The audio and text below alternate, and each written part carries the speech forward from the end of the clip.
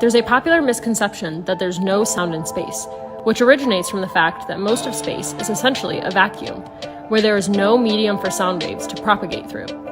However, a galaxy cluster, a structure that consists of anywhere from hundreds to thousands of galaxies that are bound together by gravity, has abundant amounts of gas that enclose the hundreds or even thousands of galaxies within it, providing an opportunity for sound waves to travel. In the new sonification of this galaxy cluster, Perseus, the sound waves astronomers previously identified were extracted and made audible for the first time. Listen to this.